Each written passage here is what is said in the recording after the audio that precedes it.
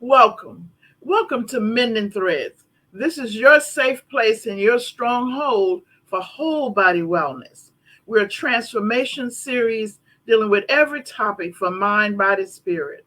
Today we have selected a topic that we hope that you can understand. It answers some of the questions. What can I do when I find myself can't move forward or backward?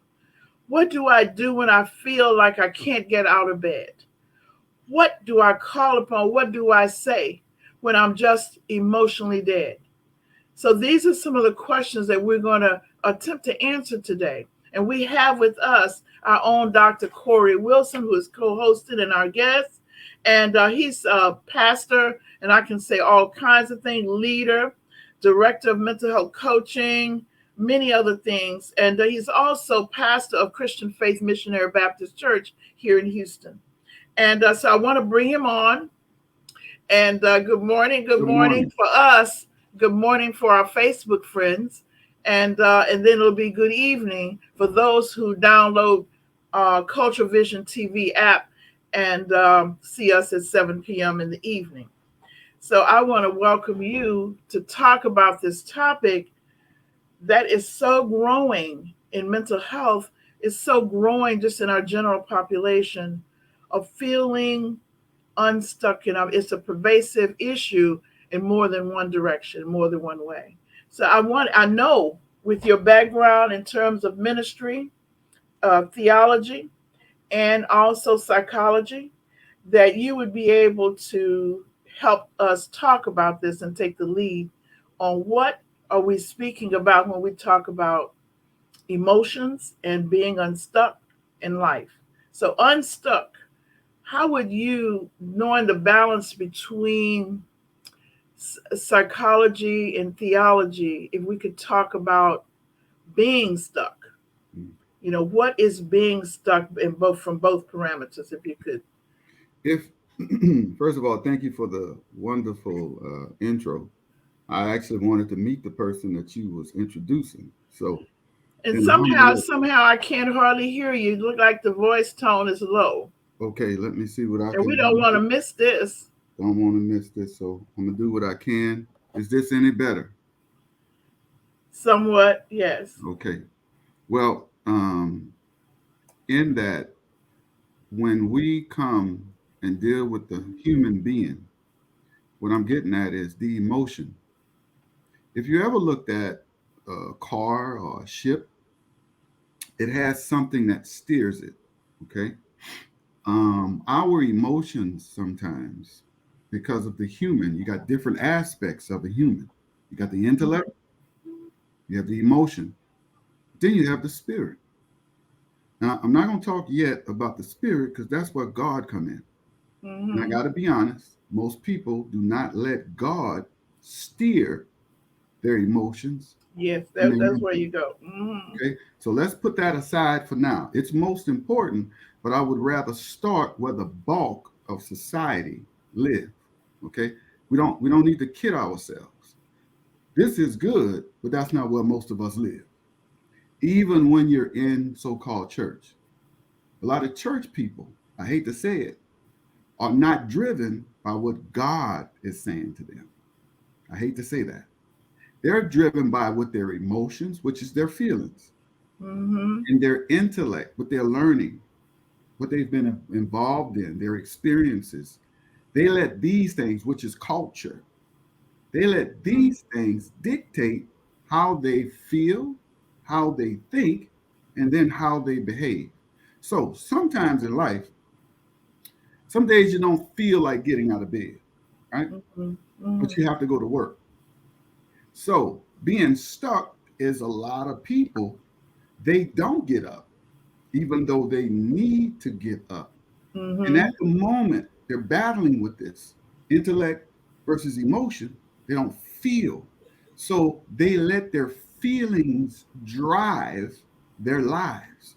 And let me be clear, that will get you in a lot of trouble Mm-hmm. because your emotions, your feelings could be attached to what somebody's done, what the environment has done, what somebody has said Mm-hmm. that you Mm-hmm. didn't like, a disappointment. it can be associated with all these things. So just think about allowing your feelings, which are very important, but letting them drive how you think and how you. Mm-hmm.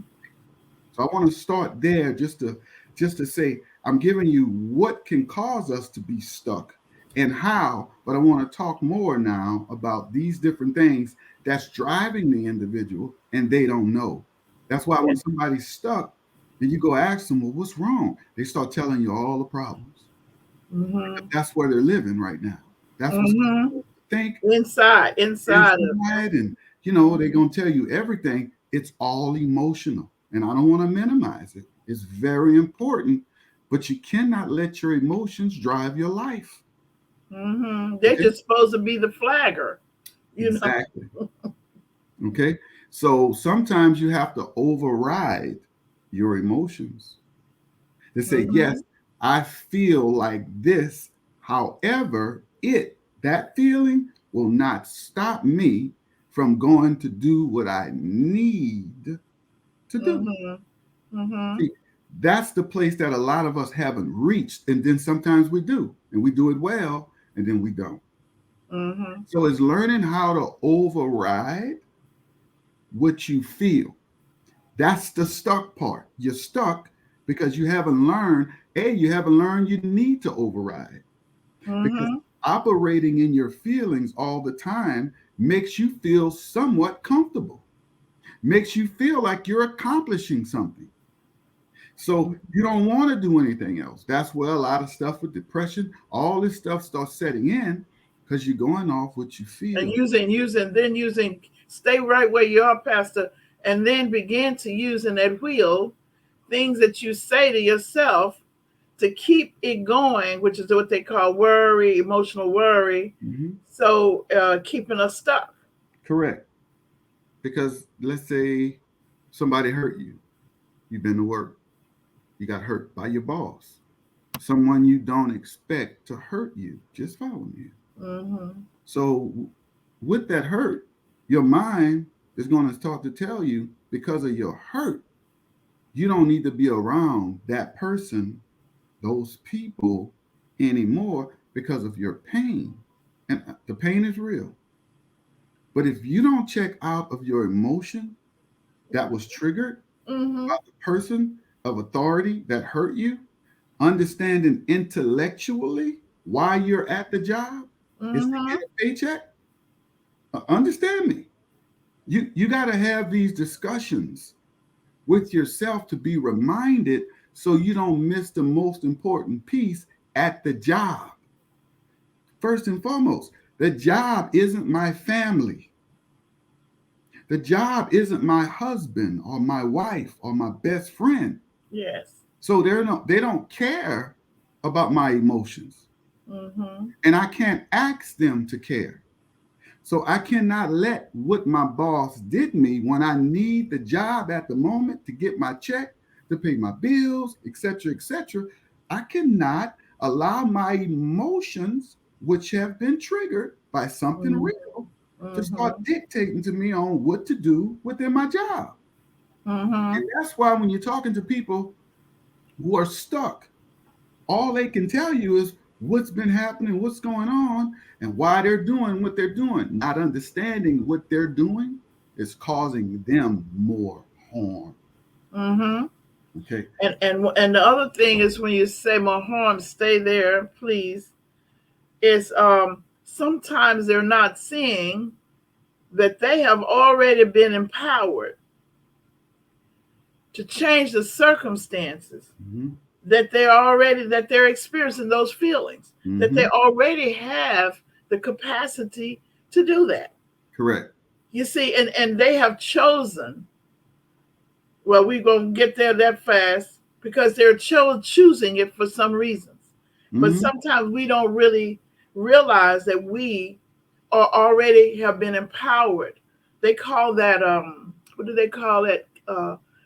Collective unconsciousness. Like all these things are Mm-hmm. crowding in, and then there's a level that we just pick up stuff and add it to it. Mm-hmm. Mm-hmm. You see, because we're experiencing it at that level. Correct. And when you've gotten accustomed So only grabbing, I hate to say this, what causes you pain, you're more subjected to grab the painful things versus the things that's going to help you with the pain in that same dynamic. You don't have to change dynamic. Yes. Yes. Meaning, case in point, your boss made you mad. I got it. You know you're hurting. I got it. Why stop there? You're not trained yet on going beyond. I'm hurt, but I'm hurt. However, now when you listen to the new culture, this is the new culture. You ain't got to deal with your boss no more. You've been hurt. You ain't got to stay there. You don't have to put up. See, that's the new culture. Mm-hmm. Our culture, I'm going old now, Dr. Lewis. The way we were raised is that whatever happened, you had to stay focused on what was important and put your emotions in check to be able to accomplish whatever. Because you're going to go through things that could trigger your emotions, but you got to keep that in check and get the job done and get your emotions dealt with in another venue. Not that they're not important, but I'm saying today, case in point, I was reading this morning where a bank associate, somewhere I think on the East Coast, I can't remember what city and state, but they were told that they were being let go. Okay, it happened this morning or yesterday morning. And in that thought, they got hurt. Okay. And I can imagine all these things start coming in their head, and it was all centered around being hurt, what somebody has done. And then from there, they flipped. And their emotions from being hurt said, this is the last person that's going to hurt me. And they went and got an AR-15 and shot up about 11 people in the bank. All of the people that was associated with telling her or him that he had to be let go. Now, here's what you said a few minutes ago. Imagine that individual did not have what I call rebound focus. Mm-hmm. Okay, what you were saying, get up, you got this to do, did not have the skills to develop that, Mm-hmm. did not have a support system.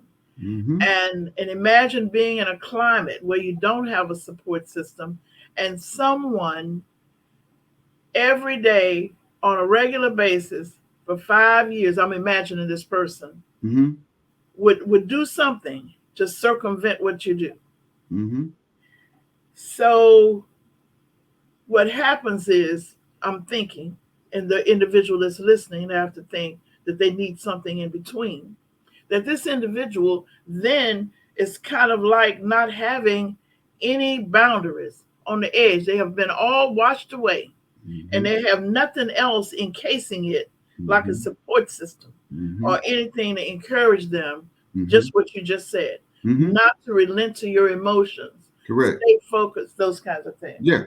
Look at it this way. When you get hurt, when something is bothering you or someone, being stuck emotionally means this.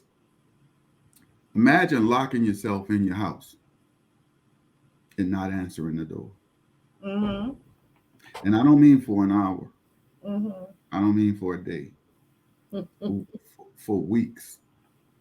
And no matter who comes knocking at the door, you're not going to open it because in your hurt, all your mind is telling you is just sitting here. A, it's telling you nobody cares.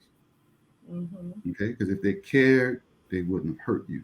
Then Mm-hmm. you start associating all things and people are alike. Then you start seeing people smiling. Then you start thinking that they're smiling and you're not. They're smiling. And it's all this stuff that you don't know, but you're still not going to open the door. Well, opening the door brings in a fresh way to think, possibly a healthier way to think and deal what you've locked the door on. So when you lock the door, if somebody wants to give you a fresh perspective, a healthier perspective, a different way of looking at it and dealing, you've locked the door. You lock the door. So no matter what somebody's outside trying to do for you, you don't want to open the door. People, we got to understand, good ideas, fresh ideas, they don't break the window and come in. You got to open the door. for your brain to receive Mm-hmm. whatever somebody might be trying to give you about that thing that's telling you to lock your door, lock up, because Mm-hmm. nobody care. This happens, that happens. This is the way things. So you lock up, and then when you lock up, let me be clear. That's the worst thing you can do is Mm-hmm. get stuck emotionally as you lock that door to not receive nothing else. That's not good. Even Mm-hmm. oxygen, even oxygen. You need fresh oxygen. That's what Mm-hmm. God allowed us to breathe. We inhale and exhale, and we don't do anything to trigger it because Mm-hmm. we need fresh oxygen Mm-hmm. all through the day, whether we are hurting or Mm-hmm. happy, Mm-hmm. whether we got hurt or we just successfully complete. You need that oxygen. So when you shut the door and lock the door on fresh perspective, you just lock the door. And then take simultaneously, sometimes it's what's going on, is they shut the mind. So you hear people say, I shut down emotionally and I don't want to hear anything. Mhm. So now the door is not only shut, but it's locked. And then what happens is you're stirring around in your own stuff, There you go. nothing new coming in, Mm-hmm. you're festering, Mm-hmm. and then we'll get back to the other people and no Mm-hmm. one's saying anything and you can't get it, Mm-hmm. even if they did say it Exactly. at that time. Yes. It's difficult to get it. It's difficult. And let me tell you what else is going on in your mind. Okay. If somebody comes, you will let a few people in. But listen to this. You're only going to let people in that's thinking just the way you're thinking Right. when you lock the door. So if Right. somebody that's close to you try to bring a different Mm-hmm. perspective, you'll think they're hating. You'll think they don't have your best interest at heart. A healthy idea, when you so locked up in your own ideas, will make you think it's unhealthy. So the only ideas you let in are from people at the moment that think just Same like way. you. Now check this out. Come on, Dr. Lewis. Okay. Stay right there. Uh-huh. Now we stuck, we got it locked in, and we bring it only in the people that, even if, what we will even do is we will crack the door sometimes and we will try to bring in somebody that think the way that we think. And so you on a job, say this job, Mm-hmm. Mm-hmm. you'll see people that say a church or where there are a group of people. They will actually bring people in. They'll crack the door and try to bring some new people in and convince them that they need to think the way that they think Mm-hmm. in order to do something. Mm-hmm. You see? And Mm-hmm. then, therefore, then it just rolls and rolls, and each one begins to fester Mm-hmm. each other. And that's what they call erosion. You see erosion on a job, erosion in a church, erosion in groups of people, Mm-hmm. because that, and no one's in the environment is not even paying attention that there are needing to be some interventions. Mm-hmm. So the whole group, in terms of group behavior, Mm-hmm. depending on their status, begins to align with the negativity, Mm-hmm. with the festering, Mm-hmm. with the lockdown mind Mm-hmm. and emotions. Exactly. And why are you only allowing people with similar thoughts and feelings and behaviors? This is why. In that emotional place that you're stuck in, that you don't realize you're stuck in, you're actually looking for support. Follow me here. Yes. Hear me out. You think you're looking for answers. Mm-hmm. Truth be told, you're looking for support and validation. Mm-hmm. Case in point. So if you think you're going to look for help and someone speaks adversely to what you're bringing them, you're going to kick them out. You're going to kick their thought processes out.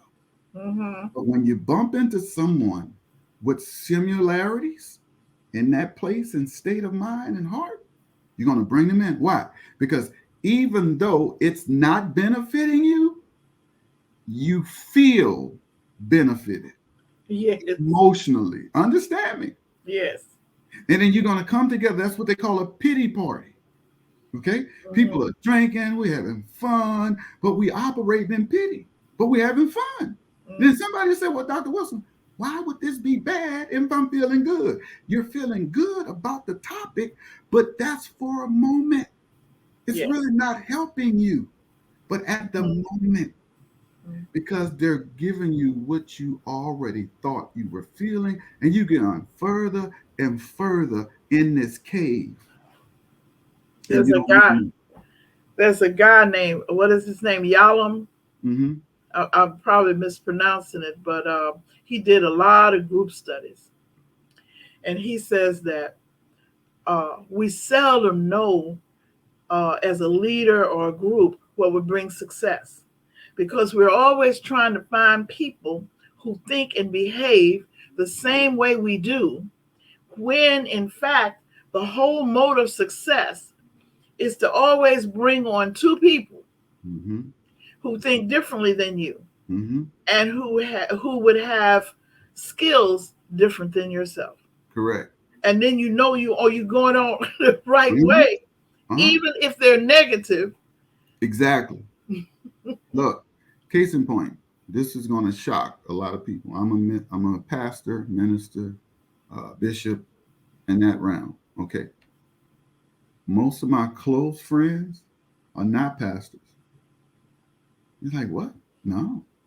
Because, see, and don't get me wrong, I don't want to say I've ostracized myself from that. That's not where I'm going. However, I've learned something. If I'm talking to nothing but pastors, right, and we need to see something outside of the scope of pastoring, we are not going to be more prone to hear something if it don't come with the pastoral theological helmet. I'm going to be prone to shun that. But if I Mhm. deal with people that's not in my role and in my field, and they need to just show me something, I'm going to be more open to hearing what they have to say versus tagging it and saying they're not this, so they can't make any sense.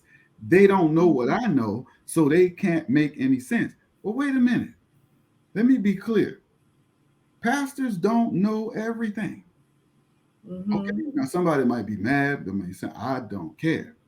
I'm one that will level with you. I know I don't know Mhm. everything. I gave this thing when I was in Bible study 8 years ago when I first got to church. I asked him a question. I said, let me ask y'all something. If you needed some knowledge about something and you had prayed to God and you say, Father, I need help with this, I need help with that. And Woodrow the wino, you passed one day, going to the grocery store. Woodrow was saying something and you stopped and you listened. And Woodrow gave you some knowledge. But then one day you was going to a different church and a pastor gave you some knowledge. And I asked him a question. Which person's knowledge, this is church people, are you more prone to listen to and adhere to and take? Is it Woodrow or is it a pastor? And most of them raised their hand and said, of course, the pastor. I ain't listening to no Woodrow. He a drunk, right? He may have been drunk. He told me what he told me. I said, I got it. That's common knowledge. I said, but let me change your way of thinking right now. What if I told you that what Woodrow had to give you in knowledge was real and pure? Let me say this to you. Woodrow had the right knowledge, but Woodrow wasn't choosing to live by the knowledge that he had. Yes. Don't look at him drinking and throw everything about him away. I said, now the flip side, the pastor you are willing to listen to might not be groomed yet or mature yet and may not have learned everything yet. And he may have given you something based on his pride and his title and his label. I said, so let me be clear. I'm going to listen to whoever God gave the knowledge to give me. That's who I'm listening to. Whether it's the pastor, great, but he don't have to be a pastor. It could be Mm-hmm. Woodrow that got the knowledge from God and just don't live by it. You Right. see, this is look, this is a deeper discussion, but we have trained ourselves, you all, and conditioned to only take knowledge from said people or this type of scope. And that's a part of being stuck, is what I'm trying to say. You cannot, you all, no matter what you think you have or who you think you are or what you achieve and establish, don't ever close your mind Yes. from allowing somebody to bring you a fresh perspective. Yes. And so they called it, this man said, I think it was a couple that we worked with at one time, that's working with, and he says, I just was just shutting down. I just shut down. Mm-hmm. I just shut my emotions down. I shut Mm-hmm. my mind down. But I don't know why things, because I don't know why things are the way that they are. And, and the thing is that you're not gonna find out now. Look, you're not. Look, one thing about me, people, that most of you going to listen to this, you don't really know me or my background, but I'm considered, even in my family, so he crazy. Crazy meaning I do things outside of the box. That's right. Okay. Mm-hmm. I'll be the one that when you don't see none of my race in a certain area, you might find me. Okay. Listening to songs that we don't listen to, I might be the one listening to. Talking to people that nobody else want to talk to, I'll be the one. And Right. you'll think that they got me hook, line, and sinker. No, no, no, no. Look, I wanna be open to their way of looking at something. Why? Mm-hmm. Why? Case in point. If I ran into the head of the Ku Klux Klan, the Grand Pooper, I'm fine with that. That's their business. But if they want to sit and talk to me, I'm going to sit down. I'm going to have some tea and I'm going to have some coffee. And I'm Mm-hmm. going to let them tell me the way they think. Mm-hmm. Versus every time they start a sentence, I'm about to jump up. How can you think that way? I'm not going to jump and say nothing. Right. Because you think the way you think. I'm listening to how you think. I can choose. Thank you. And that's my point. The stuck and the unstuck. That's the cracking of that code. Is learning to realize you have a choice. That's the key I want to give everybody. Mm-hmm. Mm-hmm. Follow me here. Being stuck is a choice. Mm-hmm. There is no magic potion to being stuck or unstuck. It's a choice. And what I want everybody to know, you got to realize that it's okay to operate outside of the norms. And sometimes you have a normacy in your own head. And you got to get the key to unlock yourself from being unstuck, just to say, I'm going to hear this today. That's unlocking, just to let it in. Mm-hmm. You either lock yourself, which is stuck, or you unlock yourself, which is unstuck. And all that means you remain open minded to at least hear another way of looking at what you've been looking at. So they call that, while you're doing that, you're also creating little travel roads in your brain Mm-hmm. and rewiring it. But you're creating little travel roads, if you could imagine that, since you use the car thing, since Mm-hmm. you use the car analogy. Mm-hmm. And if you don't, you go around in the same circle. Correct. But when you say, if you're talking to the head of the Ku Klux Klan, Mm-hmm. it widens and creates the circles, because now you might have an opportunity to think a little differently, Right. not accepting everything that the person, Correct. but you're able to now create some new thoughts about that, but for Right. yourself. Exactly. Exactly. And I listen to us all day long. And the first thing we say, I would never listen. I wouldn't even sit down with somebody like that. And I don't know. I don't know how you was able. I'm like, slow down now. Don't, that's not, now you starting to associate. Don't do that. Don't do that. Because now you're going to think, I believe in the people that I was able to sit down and just listen to. Come on, y'all. Pastor Wilson, Go ahead. if they would just let me, I want to have 1 hour with our previous president. Mm-hmm. They think that they were like, why would you want to talk to him? I know, Dr. I Lewis. want to talk to him because he has some little boxes Mm-hmm. He does. inside there He that does. would really help to understand a Mm-hmm. huge behavior Mm-hmm. and be able to really understand the Mm-hmm. motivations. Mm-hmm. Because now you will widen. Mm-hmm. I would just really like to do that. I'm So with I'm you. trying to find a way to interview him. And Dr. Lewis, I want to go with you. That's Okay. right. And all I ask is give me 15 minutes. Okay. So if you can spare 15 minutes in that hour, you get 45, give me 15. I, That's right. look, I feel the exact same way. Right. Well, And I got my letter okay, written. go ahead. Go ahead, I'm Dr. Lewis. trying to find the appropriate. I'm really. I say he has some secrets, Uh-huh. and I already see the impact of his secrets, Right.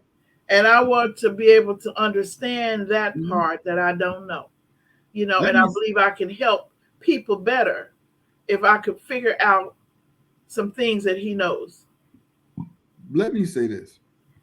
And I want to give a different illustration of the same subject and topic. What do you do when you're driving and it starts raining? Do you pull over and stop, Mm-hmm. or do you keep going but slow down and become more cautious? Now, me, I'm a keep going kind of guy.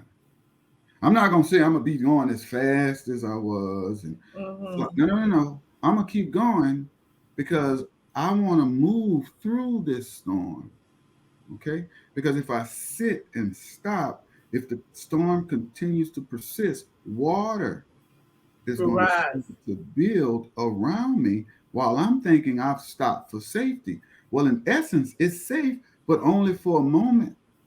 But if I keep moving at a slower pace, I'll drive through the storm. But all the ones that stopped in the storm, they're subject to the flood now that I'm not going to be subjected to because I just kept going. It was at a slower pace. Mm-hmm. My point is in life, as we go through things emotionally, think of it as a storm. And like I said, lock the door. Well, in a storm, you stop moving. And while you're thinking you're safe, the rain is still coming. And in that area that you felt that you were safe in, it's starting to pour and pour. And now water is starting to rise right under you. That's about to overtake you because you refused to keep going for fear, Mm-hmm. pain, and not wanting this to happen again. But life doesn't work in that regard. I wish it did. That's why you have windshield wipers. Okay. Mm-hmm. The windshield wipers and the windshield is so you can go through the storm. Just keep that in mind. Well, let me give you a true story. Okay, Dr. Lewis. Now listen. Now don't try to say that you. Well, you know I know. I was born in 1801. Go ahead. Okay, so I was driving from on the East Coast, driving going to Philadelphia, which is about 100 and some miles. I had to go do that to go to school. Mm-hmm. So I had to take my daughter with me on one of those days. It poured down raining. I turned the windshield wipers on. It did no good Mm-hmm. because it was fogging up. No matter what you did, so I told her, I says, crack the windows, and like here's a rag, here's a towel. Mm-hmm. I'm gonna drive real slow, and you're Mm-hmm. gonna wipe the windows Mm-hmm. on both sides Mm-hmm. front. Mm-hmm. And every now and then you're gonna reach out and you're gonna wipe the side mirrors, right? Mm-hmm. Okay, so here we go on your side. So that's how we did it all the way. It was a good thing in terms of what you said, Mm-hmm. because the people who stopped under the bridge, who stopped under the overpass, was Mm-hmm. flooded out, and emergency people had to come get them. Okay, but we drove real slow, like 15 miles an hour, 10 miles, just kept going and wiping the windows till we got there. Correct. You see, so what you're saying, literally, we saw the evidence of that. Mm-hmm. Mm-hmm. Hmm. And now think about the brain and our human nature when it comes to the psychology of us and how we look at things. We're going to fight or we're going to flee. Mm-hmm. Okay? I mean, we're going to fight or we're going to flee. Excuse me. Mm-hmm. And in that same scenario, the brain is going to tell you to keep going for safety, but it's going to tell you to stop for Mm-hmm. safety. Both are going to say they're safe. But what we're trying to retrain the brain on and the emotional aspect, which you might deem safe, because this is the pattern you've been exposed to, how you've learned, the way most of the people you've been exposed to do things, you're going to typically do what you've been exposed to. Well, all we're trying to get you to do today is try something different Mm-hmm. to expand. Mm-hmm. Okay. Now, in the dynamic when it happens, your emotions for fear is going to tell you to stop, protect, don't do this, don't do that, don't listen to this, and don't listen to that. So, again, emotionally, you have to override Mm-hmm. your emotions in that moment. Mm-hmm. And a lot of us don't know we can do that. And a lot of us have never tried to do that to see that you can. And So, don't have people speaking it to you. correct. You know, from a, you don't have it internally speaking to you because you have not had that externally Yes, ma'am. coming in. You see. That's Mm-hmm. right. And that's why, like, a lot of times when people bring that, even, let me stop using people, myself. I go through things. Most people think, well, Dr. Wilson, you must not go through. No, no, no, no. You have no idea what my brain, through my emotions, try to tell me when I go through things with me, people, environment. But I've learned not to listen. I hate to say this to myself. I, I don't listen to me. Hey, what? No. What? That's one of the worst things I can learn to do. That's what I used to do. Listen to me. And Mm-hmm. listen to me is not healthy. We Mm-hmm. got to be getting, no, I don't listen to me. I have to override how I think, my own Mm-hmm. So exposure. for the audience, we're going to say we're not listening to our conscious. Yes, We're not listening to those thoughts that run through those scary thoughts consciously, but there's some other level. Mm-hmm. yes. You got to dig deeper in your initial thoughts to anything. Typically, I hate to say it, won't be good because it's like a knee jerk reaction. Mm-hmm. And if this is all you've been exposed to, people having knee jerk emotional reactions, that's not going to be good. And Mm-hmm. that ain't to put my mom, my grandparents, my car. Y'all, this ain't about making nothing being negative. This is reality. So if I need to learn how to swim and nobody in my family has ever been to no water, I cannot listen to how they think as they Mm-hmm. walk along the shore when Mm-hmm. they get close to water.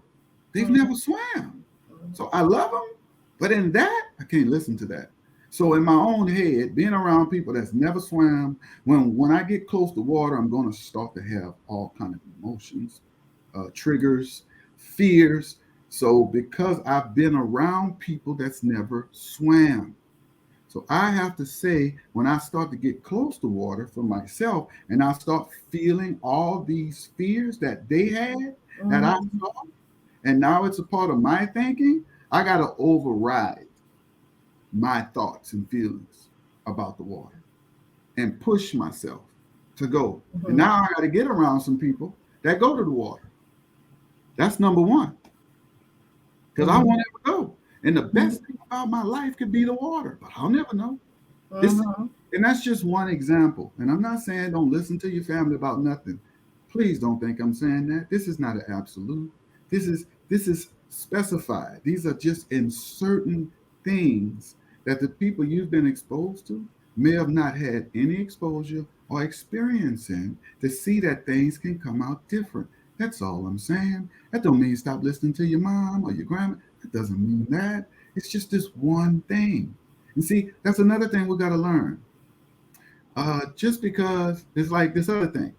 I saw a report about a minister doing something. I say, sadly enough, see, people gonna start saying, see, that's why I don't believe in ministers. That's why I don't believe in God. I'm like, Generalizing, generalizing. exactly. I was like, are you kidding me? So you got to learn to do this in your own life, though. My Mm-hmm. mom, as much as I love her, she told me 1,000 things. Let's say 997 was right, but what if three? was off. Do I A, throw the rest of the 997 away because Mm-hmm. maybe 3 wasn't accurate? No. I take the other 997 and go get the other additional knowledge about the 3 things that she had. That's still mama. I still love her. She didn't mean to give me them 3 things that was incorrect. She thought they were correct. But it doesn't mean I throw the other 997 things that I got from her away. But Mm-hmm. humans, we don't know how to do this. This is processing. You got to learn how to process. And how to use it, how to monitor yourself, how to pay attention to when this person says something, what do you find yourself doing? When you're around a certain environment, what do you find yourself doing in terms of your standards, your goal, and your higher self, your higher being? You know, Exactly. my mom used to, I would want to stay in bed. You started off talking about this. There were 2 ways she would go at it. And to this day, I can hear her. She would say, you promised yourself, or you said that you were going to do blah, blah, blah, blah, blah. She would come to the room, you don't say to do blah, blah, blah. Are you standing behind what you're saying? Are you going to follow through on that? And she would the last statement, she would go, what are you going to do? Mm-hmm.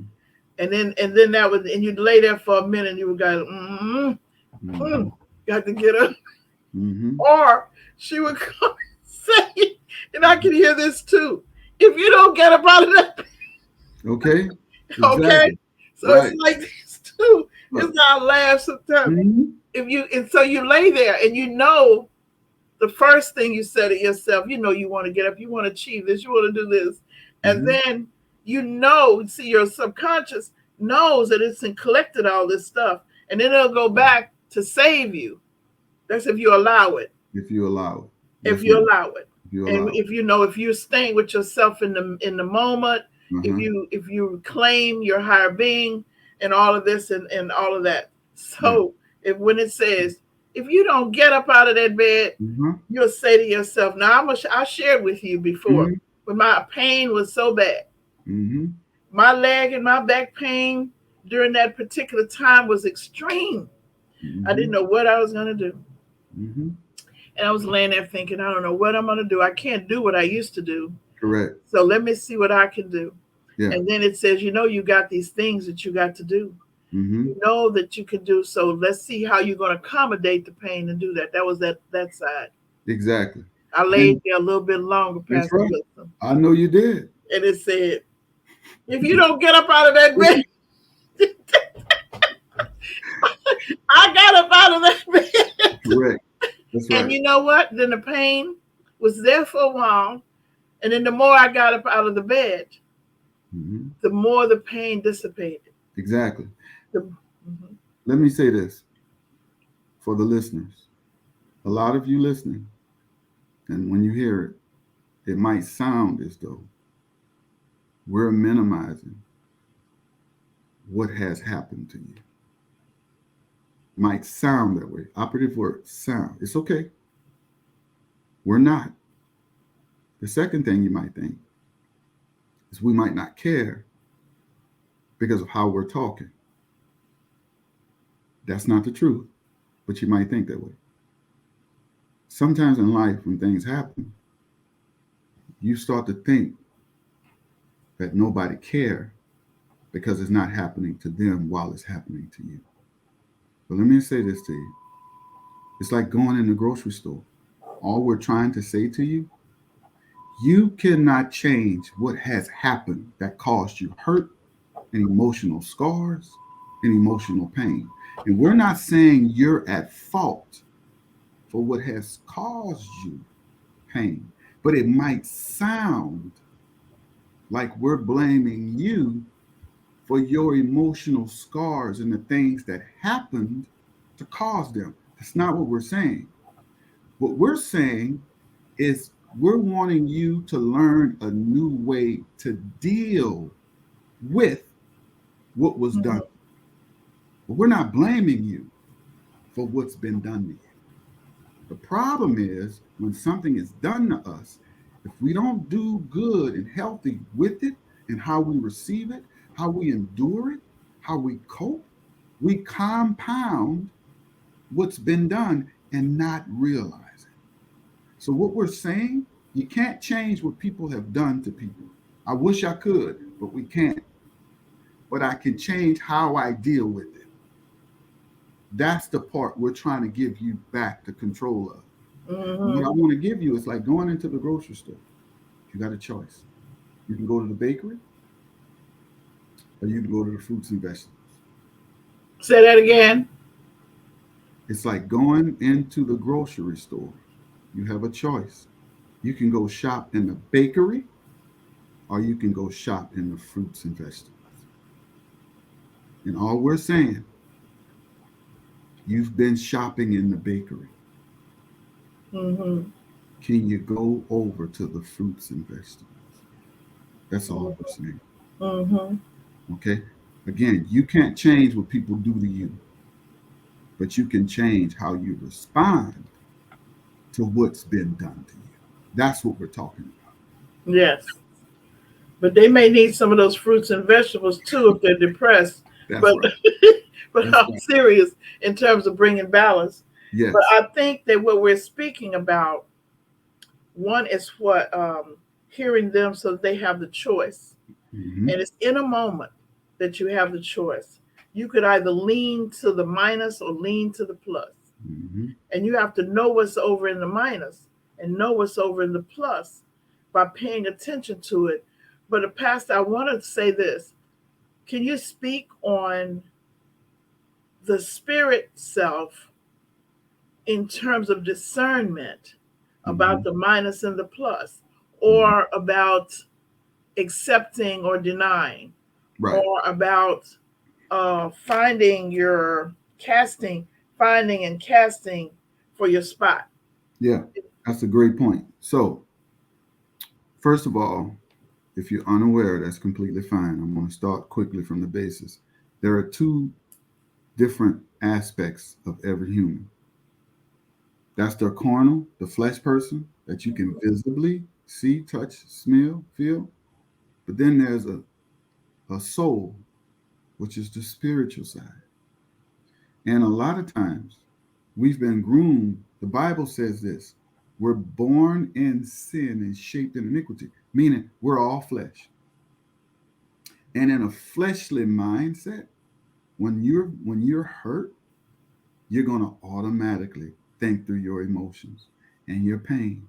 And you're not gonna want to think outside of that to see anything different. That's your flesh. That's your nature. That's the way you were born, me and you. Because when we were born, because of what happened in the garden, we're born separate from God. Okay? We're not born in God. We're born separate. So we're born and shaped in iniquity, mean you grow in this separation from God. So I hate to say it, from birth, we grow into something not healthy as humans. Not until you come to God that you learn now to stop paying attention to what you've been focused on from birth, which is you, the outside you, the way you think, the way you feel, what you see. You learn to go inside to now hear and focus on something you've never saw, you've never touched. That's the spiritual side. And I promise you, the spiritual side, when you go through hurt and pain, it won't say to you the same things as the carnal, your flesh, your intellect, your emotion. It won't say the same thing. Typically, your flesh is going to be revengeful, it's going to be prideful, and it's going to tell you why you should feel bad. And it's Mm-hmm. going to then tell you it's okay because they did this and they did that. So, how do you override your human nature when you go through bad to cause you to also think bad to make you think you're going to feel good? I'm going to give you a scripture. It's in Matthew chapter 6, and it's what, 14. I'm going to just read it for you real quick. Listen what it says. It says 14 and 15 in chapter 6. For if ye forgive men their trespasses, your heavenly Father will also forgive you. Verse 15. But if you forgive not mend their trespasses, neither will your Father forgive you. Let me say this, church. I'm sorry, Lord, I'm calling you all church. Let me say this. One of the things I've learned about life, you know what the best medicine is for pain? Is forgiveness. Hmm. Even your own mistakes. I was going to say, even the self. Hmm. Even your own mistakes. The best medicine for mistakes that's been done to you and the mistakes you've done and caused is forgiveness. You have no idea the relief you get from forgiveness. It's not about the person, Hmm. it's what you carry. Because if you don't forgive the person that broke your heart, you're going to always be broken hearted. And even 15 years being passed. Well, for you, you're still living in the same moment Hmm. when that person broke your heart. You haven't moved at all, at all, but you don't know it. While the world has went on for 15 years, you stayed in that same thought. You didn't lock the door. Hmm. That's all you've been thinking about for 15 years. And the more people try to tell you to check out of that, to stop that, you get angry, you get offended, and you think they don't care. But they've moved on. You've been in that same mindset. And the way you relieve that is forgiveness. For you, for what's been done to you, it's the best medicine. And in that, you get new thoughts. You stop going straight to the bakery. You go to the vegetables now. And then in time, follow me, instead of you getting worse and Hmm. continuing to dig into that bad thought, you start coming out. It ain't Hmm. gonna be overnight, but the more you get healthy thoughts, healthy perspective, and starting to do other things, you're starting to come out of that one thought that tried to isolate you from the Hmm. rest of the world and from wanting to participate in anything other than just stay, sit, lock, and focus on your hurt and your pain. All that can do is Hmm. bring you more pain. More pain. I have a friend who asks um, often, I just don't understand why I can't find a good husband. Mm-mm. And but every time you see her, she's talking about how somebody did her wrong. Mm-hmm. And I go like, well, when was that? It Right. was 10 years ago, Right. 25 years ago, Mm-hmm. whatever. Mm-hmm. And she can't let it go. Mm-hmm. So, I asked her one day, I said, well, you know what? I wonder what would happen if you didn't say anything about it, but every time you thought about it, you Mm-hmm. start doing something for yourself. Mm-hmm. You start doing something that would counteract it so that you wouldn't think about it. So she showed me the other day I was talking to her and she said, Mm-hmm. you know what? I hated you when you said that. Mm-hmm. She said, Mm-hmm. I was staying mad with you for the Mm-hmm. longest because you thought, sounded like you were saying I could do something about it and I knew I couldn't do it about it. Right. But I said, well, what happened? She said, I just made myself forget about it. And I went on and started planting my trees and my garden Mm-hmm. and my stuff. And she didn't know Mm-hmm. that she was doing exactly what she needed to do. Mm-hmm. You see, to just start doing something Right. that she needed to do. Mm-hmm. You see, Mm-hmm. instead of thinking about that. And so she was Correct. a little happier. Correct. Mm-hmm. In California once, some years ago, this happened about 17 years. I was just getting gas, and his brother come up, say, "Hey, you got a few dollars?" And for some reason, I don't look at people as just bums and all that. Hey, this is what he is. This is what's going on. So I looked at him. I said, "Let me ask you a question, because I no longer just give people money no more. I kind of look a little deeper, if that's what the Lord tells me to do or not to do." So anyway, I said, "What happened? Meaning, what got you in this state? Because I don't like that you have to be here asking anybody for a dollar. I know you don't like it, but I just want to know what happened." He said, "What do you mean?" I said, "For some strange reason, something's telling me, and it came out of nowhere, that something was taken from you years ago, and it hurt you so bad that you just stopped living. You stopped wanting to do this, you stopped wanting to work, you stopped wanting to do that." And I said, "That probably happened in like 1979.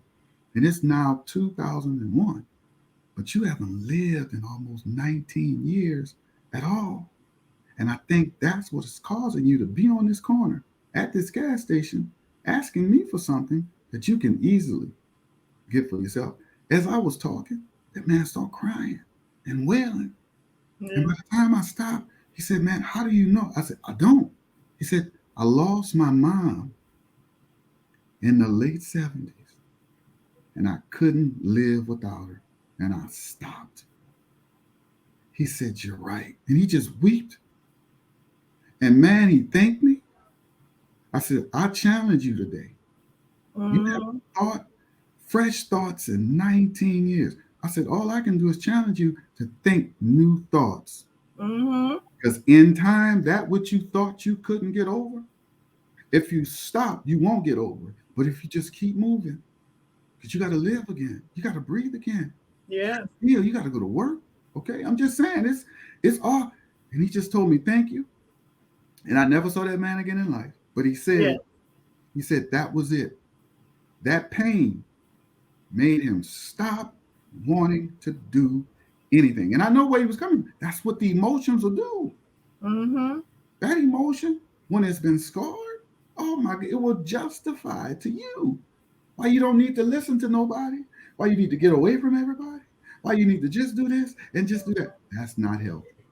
Mm-hmm.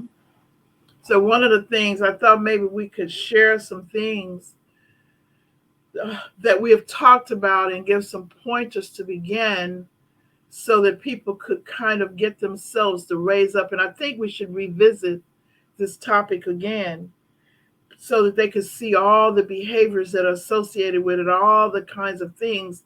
And I do know that fatalistic thinking, thinking about there's nothing else I can do, has a Mm-hmm. lot to do with it. Yeah. Comparing yourself to other people, like they did this and this, it will make you feel stuck and can't move out.